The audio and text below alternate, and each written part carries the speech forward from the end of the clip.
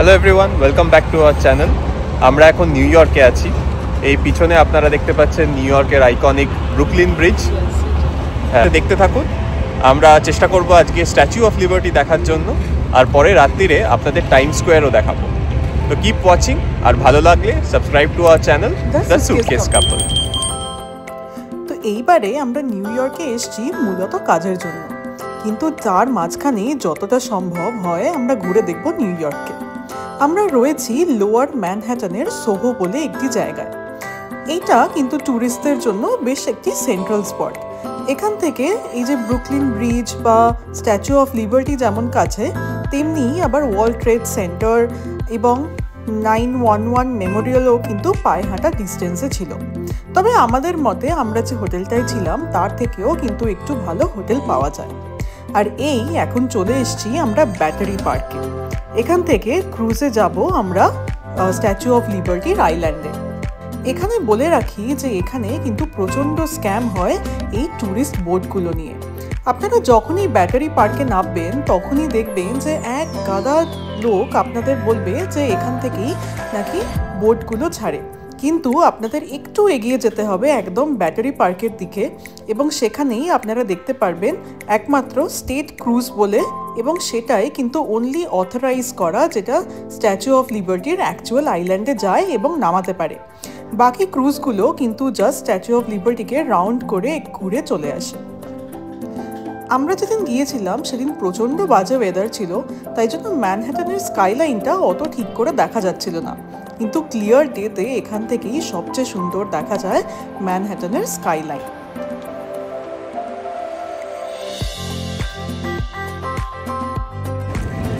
তো এই পিছনে হলো স্ট্যাচু অফ লিবার্টি, যেরকম আপনারা দেখতে পাচ্ছেন। তো এই স্ট্যাচু অফ লিবার্টি কিন্তু অরিজিনালি নাকি গ্রিন কালারের ছিল না, এটা ছিল কপার কালারের, এবং পরবর্তীকালে অক্সিডেশনের জন্য এটা গ্রিন হয়ে যায়। আর আপনারা যে ক্রুজের টিকিটটা কেটেছিলেন সেটাতে কিন্তু তিনটে জিনিস ইনক্লুডেড।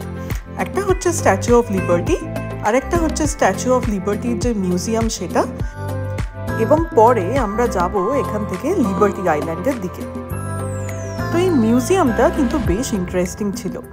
এখানে অ্যাকচুয়ালি দেখানো হয়েছে যে স্ট্যাচু অফ লিবার্টি কিভাবে তৈরি হয়েছিল এবং কিভাবে এখানে এসে সেটাকে অ্যাসেম্বল করা হয়েছিল। তাছাড়াও যে অরিজিনাল বডি পার্টসগুলো সেগুলোর আকার কেমন সেটাও কিন্তু এই মিউজিয়ামে এলে আপনারা বুঝতে পারবেন। আর এখানে একটি ক্যামেরা রাখা ছিল, যেখানে আপনারা নিজেদের ন্যাশনালিটি দিয়ে আপনাদের ছবি তুললে সেটা স্ক্রিনে ডিসপ্লে করছিল। তো আমরা এখানে সেটাই ট্রাই করছিলাম এখন।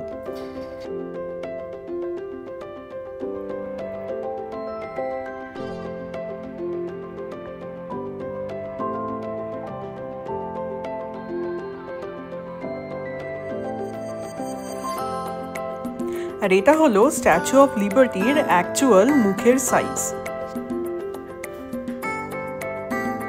স্ট্যাচু অফ লিবার্টির যে ওপরে যে ক্রাউনটা আছে সেখানেও কিন্তু যাওয়া যায়, তবে তার জন্য আলাদা করে টিকিট লাগে এবং সেটা কিন্তু সোল্ড আউট হয়ে যায়। তাই আপনারা যদি ওই ক্রাউনে যেতে চান তাহলে আগে থেকে নিশ্চয়ই টিকিটটা কেটে রাখবেন। আর স্ট্যাচু অফ লিবার্টি থেকে বেরিয়ে আমরা চলে এসেছি লিবার্টি আইল্যান্ডে। তো এই আইল্যান্ডটি হলো যে যারা মাইগ্রেন্টসরা আসতো আমেরিকায় তারা আগে এখানে কোয়ারেন্টিন হতো এবং পরে মেনল্যান্ড আমেরিকায় তাদের ঢোকানো হতো। তো বলা হয় যে আপনাদের যদি কোনো পূর্বপুরুষ ইমিগ্রেন্ট হয়ে এখানে এসে থাকেন তাহলে এদের কাছে একটি রেজিস্টার আছে, সেখানে নাকি তার নাম এখনো খুঁজে পাওয়া যাবে। তো লিবার্টি আইল্যান্ড থেকে বেরিয়ে আবার আমরা উঠে পড়েছি বোটে, এবং এখান থেকে আবার চলে যাব আমরা ব্যাটারি পার্কে। আর এই পুরো জার্নিটা কিন্তু এই স্টেট ক্রুজের ইনক্লুডেড। তো আপনারা চাইলে ফার্স্টে এই লিবার্টি আইল্যান্ড করেও কিন্তু স্ট্যাচু অফ লিবার্টিতে যেতে পারেন। আমরা আগে গিয়েছিলাম স্ট্যাচু অফ লিবার্টিতে এবং তারপরে আমরা গিয়েছিলাম লিবার্টি আইল্যান্ডে। তো ব্যাটারি পার্কের যে মেট্রো স্টেশন আছে সেখান থেকে দুটো স্টপ গেলেই চলে আসে ওয়ার্ল্ড ট্রেড সেন্টার। আর এই মেট্রো স্টপে নামলে কিন্তু আপনারা চলে আসবেন 911 মেমোরিয়ালের কাছে।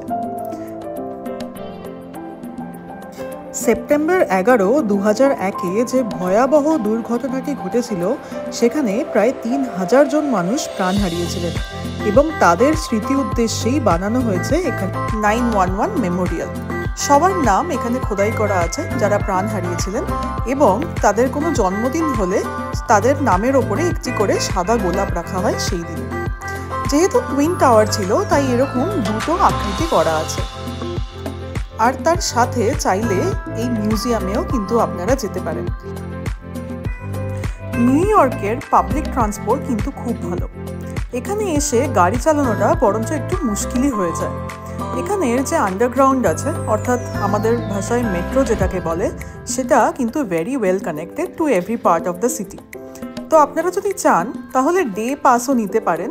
আমরা যেহেতু এক সপ্তাহের জন্য ছিলাম তাই আমরা মোটামুটি $30-35 মধ্যে আমরা পুরো সপ্তাহের ট্রান্সপোর্ট পাস পেয়ে গেছিলাম। সেখানে মেট্রো, বাস, ট্রামস এটসেট্রা কিন্তু সব ইনক্লুডেড ছিল। আর এই 911 থেকে বেরিয়ে একটুখানি হাঁটলেই চলে আসবে দ্য ফেমাস ওয়াল স্ট্রিট, আর এখানেই রয়েছে the famous statue of the charging bull. তো যারা শেয়ার ট্রেডিং বা স্টক এক্সচেঞ্জের সাথে জড়িত তাদের কাছে কিন্তু এই বুলটা অনেক সিগনিফিক্যান্ট। আর আমরা যারা 90s এরায় বড় হয়েছি তাদের কাছে কিন্তু সবচেয়ে ফেমাস আমেরিকান টিভি শো ছিল ফ্রেন্ডস। তো এটা হলো সেই ফ্রেন্ডসেরই বাড়ি, যে সেন্ট্রাল পার্ক ক্যাফেটি ছিল এবং তার বাইরেটা কিন্তু এক্স্যাক্টলি এই বিল্ডিংয়েই শ্যুট হয়েছিল। আর এই রাস্তাটায় কিন্তু যত বাড়ি আছে সবগুলোতেই কিন্তু কোনো না কোনো ফিল্ম ফিচার হয়েছে। তো এই রাস্তাটাও কিন্তু অদ্ভুত সুন্দর ছিল। তো এইসব দেখে আমরা হোটেলে কিছুক্ষণ সময় কাটিয়ে এবার চলেছি দ্য মোস্ট ফেমাস টাইম স্কোয়ারের দিকে। এখন রাত হয়ে গেছে, প্রায় রাত 10টা, 10:30 বাজে, কিন্তু টাইম স্কোয়ার এখনও কিন্তু প্রচণ্ড গমগমে। এখানে যেন দ্য আমেরিকা নেভার স্লিপস। আপনি যখনই আসবেন তখনই কিন্তু এক্স্যাক্টলি এরকমই ভিড় পাবেন টাইম স্কোয়ারে।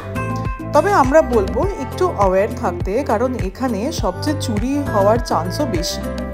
আর এটাও দেখলাম যে এখানে অনেকে স্পাইডারম্যান সেজে বা অনেক কিছু চরিত্র সেজে আপনাকে বলবে যে আমার সাথে ছবি ক্লিক করুন, এবং আপনি যেই ছবি ক্লিক করাবেন তখনই কিন্তু ওরা পয়সা ডিমান্ড করবে। তাই সেসব দিক থেকেও একটুখানি কেয়ারফুল থাকা উচিত। আর টাইম স্কোয়ারের পাশেই হলো রকফেলার সেন্টার, এবং এখানেই যত famous TV show like the Tonight Show with Jimmy Fallon তাদেরই কিন্তু স্টুডিও এখানেই অবস্থিত। তবে রাত্রিরের টাইম স্কোয়ার কিন্তু দেখা মাস্ট আমাদের ওপিনিয়নে।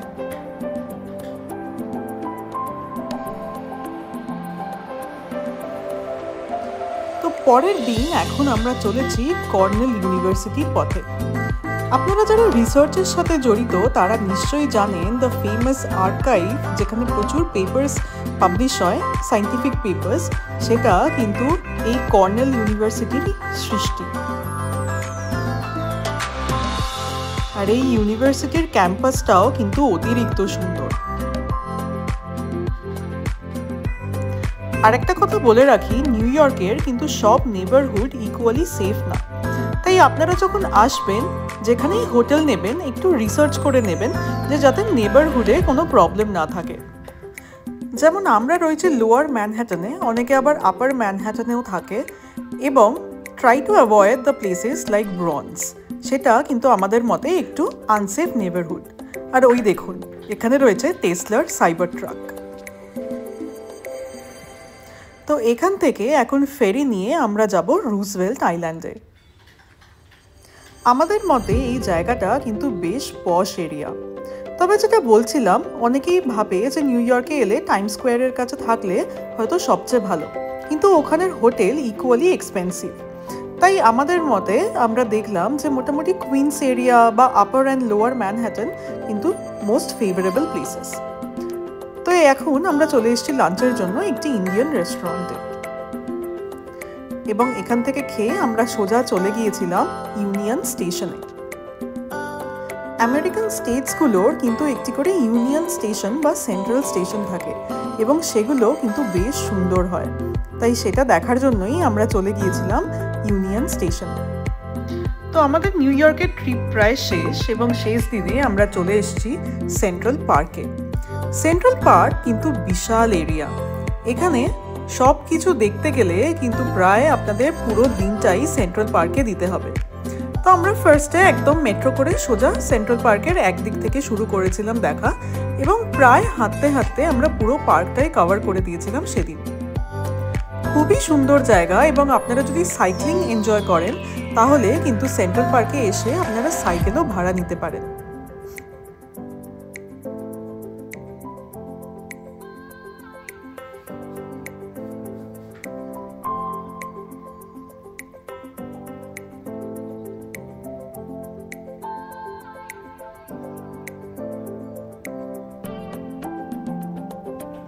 আপনারা জানেন কি, এই যে সেন্ট্রাল পার্ক যেটা আছে সেটা কিন্তু ওয়ার্ল্ডে মোস্ট ফিল্মড লোকেশন, অর্থাৎ এখানে এত জায়গায় শুটিং হয়েছে বা এত ফিল্মের শুটিং হয়েছে সেটা দুনিয়ায় আর কোথাও হয়নি। সেন্ট্রাল পার্ক কিন্তু শুধুমাত্র গাছপালা বা হাঁটা সাইক্লিংয়ের জন্য নয়, এখানে রয়েছে প্রচুর ভিউ পয়েন্টস। যেমন আমরা এখানে একটি কাসেলে রয়েছি এখন, এগুলো কিন্তু মোটামুটি ফ্রি, কোনো এন্ট্রি টিকিট বা সেরকম কিছুই ছিল না। আর তার সাথেও কিন্তু আরও এনজয় করার মতো জিনিস আছে, যেমন বোটিং করতে পারেন আপনারা বা চলে যেতে পারেন সেন্ট্রাল পার্ক জুতে। এখানে অনেক বড় ওপেন এয়ার থিয়েটারও আছে এবং মাঝে মধ্যেই সেখানে কিন্তু কনসার্ট হয়।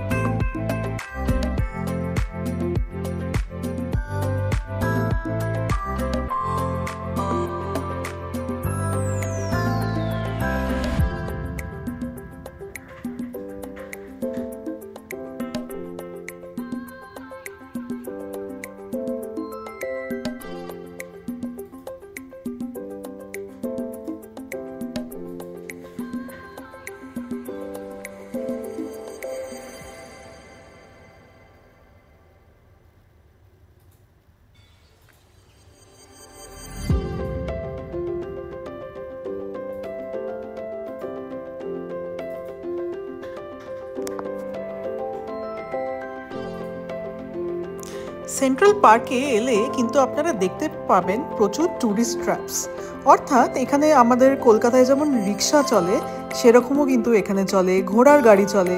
কিন্তু ওদের আপনারা যখনই রেট জিজ্ঞেস করবেন ওরা একটা পার মিনিট রেট বলে, অর্থাৎ ধরুন $6 পার মিনিট। তো সেটাই যখন আধ ঘন্টা বা 1 ঘন্টায় পরিণত হয় তখনই ওর একটা হিউজ ফেয়ার ডিমান্ড করে। তো আপনারা যদি সেগুলো চড়তে চান তাহলে অবশ্যই ভেরি কেয়ারফুলি অ্যান্ড ভেরি কশিয়াসলি আগে ওদের ঠিকঠাক দাম জিজ্ঞেস করে নেবেন, কারণ আমরা অনেকের কাছে শুনেছি যে এরকমভাবে নাকি ঠকিয়ে ওরা প্রচণ্ড হ্যারাস করে ট্যুরিস্টদের। আর এই আমরা চলে এসেছি সেন্ট্রাল পার্ক জুতে। এই জুটা কিন্তু ফ্রি নয়, এখানে প্রায় $22 করে এক একজনের টিকিট। তবে জানেন তো, এর আগে আমরা শিকাগোয় গিয়েছি, আমরা উইসকনসিনে গেছি, সেখানে কিন্তু এর থেকেও বড় জু ছিল এবং সেগুলো কিন্তু একদম ফ্রি অফ কস্ট ছিল। যাকে এই $22 মধ্যে 3টে জিনিস ইনক্লুডেড। এই যে সেন্ট্রাল পার্ক যে মেন জুটা আছে সেটা, এরপরে একটি চিলড্রেন জু আছে সেটা, এবং তার সাথে একটি 3D এক্সপিরিয়েন্স সেন্টার আছে, সেটাও কিন্তু এই টিকিটের সাথে ইনক্লুডেড। তো আমাদের মতে এই টিকিটটা ওয়াজ ওয়ার্থ ইট। জুটায় কিন্তু প্রচুর এক্সোটিক অ্যানিমালস ছিল, যেমন ঢুকেই আমরা চলে গিয়েছিলাম পোলার অ্যানিমালসের দিকে। সেখানে রয়েছে পেঙ্গুইনস এবং আরও অনেক পোলার অ্যানিমালস, অর্থাৎ যাদের শুধুমাত্র ঠান্ডায় এবং পোলার রিজিয়ন্সে, মানে একদম নর্থে বা সাউথ অফ দি আর্থ এর কাছে পাওয়া যায়।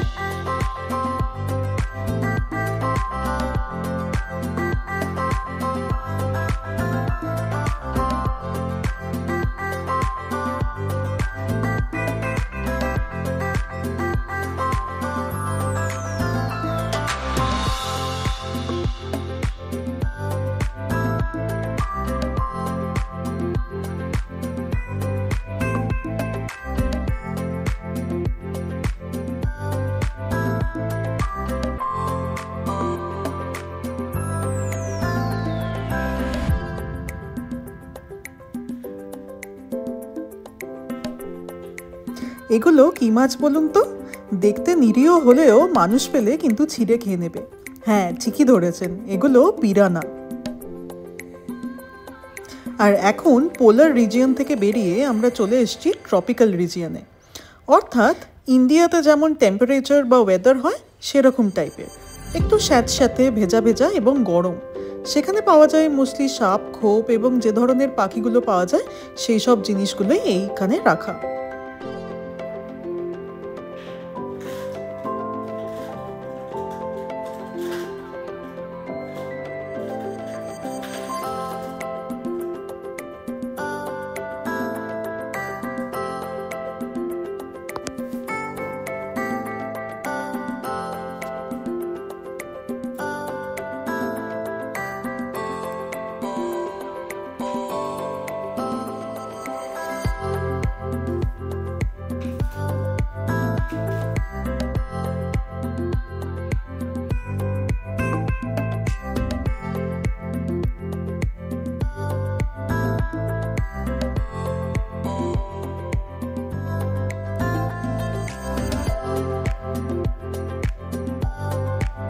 আর এই জুতে সবচেয়ে এক্সোটিক অ্যানিমাল যেটা রয়েছে সেটা হলো স্নো লেপার্ড।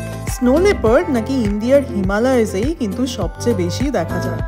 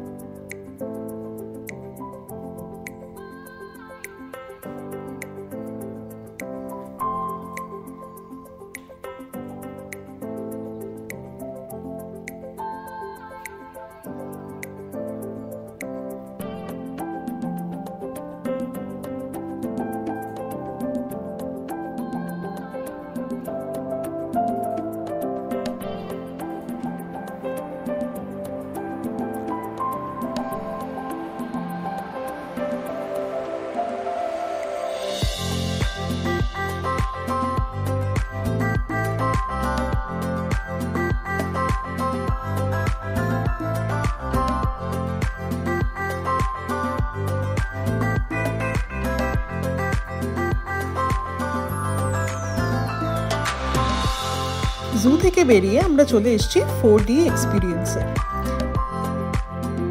বেশ মজার ছিল কিন্তু, এবং কোনো বাচ্চাকে নিয়ে এলে তারা কিন্তু বেশ এনজয় করবে।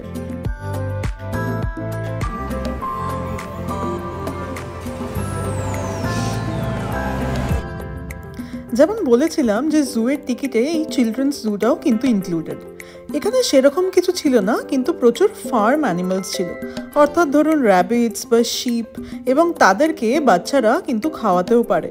তো সেই জন্য এটা চিলড্রেন্স জু নামেই প্রচলিত।